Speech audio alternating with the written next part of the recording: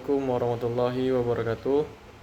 Perkenalkan, nama saya Bayu Satria Perdana, NIM 2305112676, kelas 23A, Program Studi Pendidikan Sejarah, Fakultas Keguruan dan Ilmu Pendidikan, Universitas Riau. Pada kesempatan kali ini, saya akan menjelaskan kedatangan bangsa Eropa ke Nusantara untuk memenuhi ujian akhir semester pada mata kuliah Sejarah Indonesia masa kolonial. Pertama, apa saja faktor pendorong kedatangan bangsa Eropa ke Nusantara?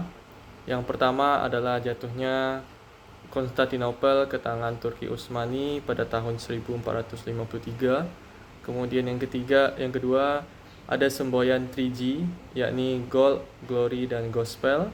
Dan yang ketiga adalah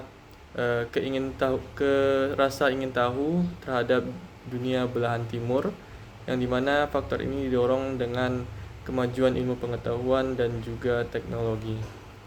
Untuk tujuan dari bangsa Eropa sendiri melakukan penjelajahan samudra sampai ke Nusantara adalah untuk mencari rempah-rempah dan kemudian melakukan praktik monopoli perdagangan dan juga menguruk seluruh sumber daya alam yang ada pada Nusantara.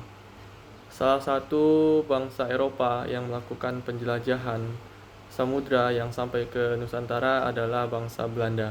Bangsa Belanda sendiri itu pertama kali tiba di Banten dipimpin oleh Cornelis de Houtman pada tahun 1596.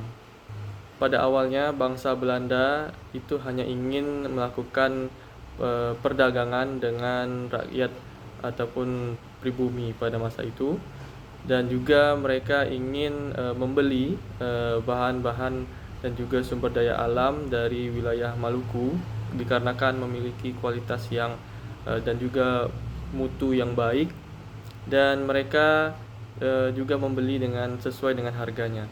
Namun seiring dengan berjalannya waktu, bangsa Belanda mulai ingin menguasai, ya, dan juga mereka melakukan praktik monopoli perdagangan, sehingga pada masa itu kerajaan Banten melakukan perlawanan dan mengusir bangsa Belanda, dan bangsa Belanda kembali ke bangsa mereka. Setelah rombongan pertama yang dipimpin oleh Cornelis de Houtman, bangsa Belanda datang untuk kedua kalinya yang dipimpin oleh Jacob van Neck pada tahun 1598.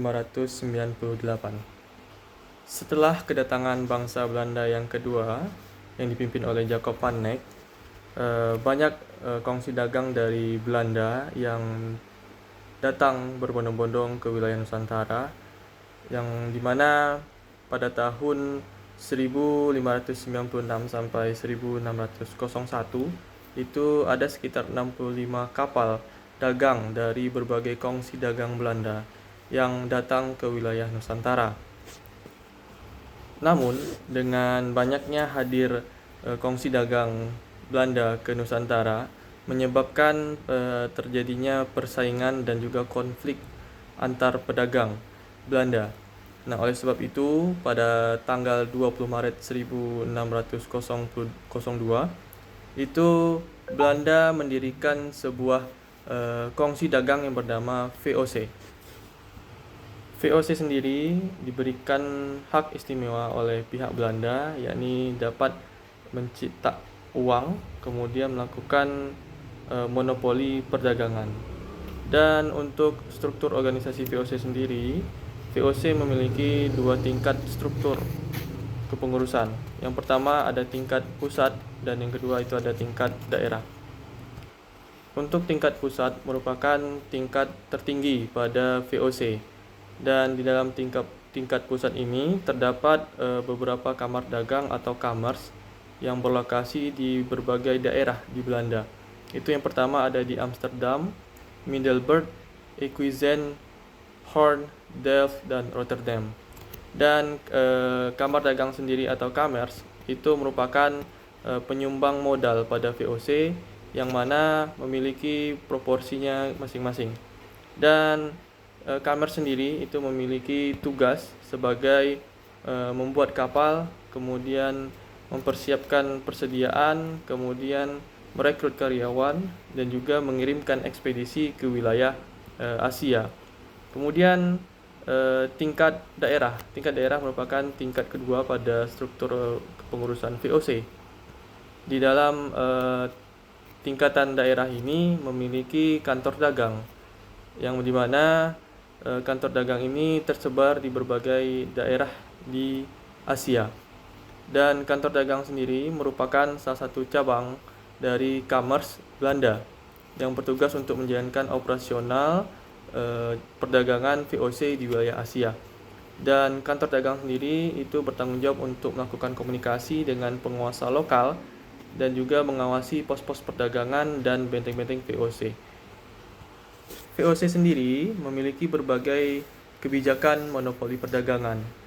Yang pertama itu ada hak ekstirpasi, merupakan sebuah hak ataupun kebijakan yang diterapkan oleh perusahaan Hindia Belanda atau VOC, yang mana bertujuan untuk membatasi produksi tumbuhan dan juga tanaman agar tidak terjadi overproduksi yang dapat menyebabkan turunnya harga rempah-rempah ataupun tanaman. Kemudian yang kedua ada kebijakan kontingenten, merupakan sebuah kebijakan yang mewajibkan rakyat pribumi untuk membayar pajak dalam bentuk hasil bumi. Dan yang ketiga ada kebijakan Verpflichtungspflicht. Ini merupakan kebijakan yang mewajibkan rakyat pribumi untuk menyerahkan seluruh hasil bumi mereka, dan harganya sudah ditentukan oleh pihak Belanda. Namun harga tersebut jauh dari harga normal di pasar. Kemudian ada hak oktroi, merupakan sebuah kebijakan yang diberikan kepada VOC untuk mengendalikan perdagangan, produksi, dan juga ekspor impor. Kemudian ada pelayaran hongi.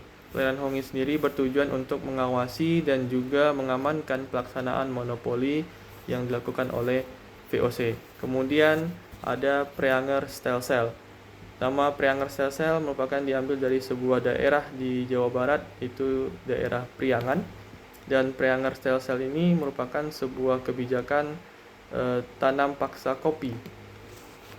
Kemudian yang terakhir adalah kultur Stelsel, merupakan sebuah sistem tanam paksa yang diberlakukan oleh pemerintah kolonial Hindia Belanda pada tahun 1830 yang dikembangkan oleh Gubernur Jenderal Johannes van der Bos.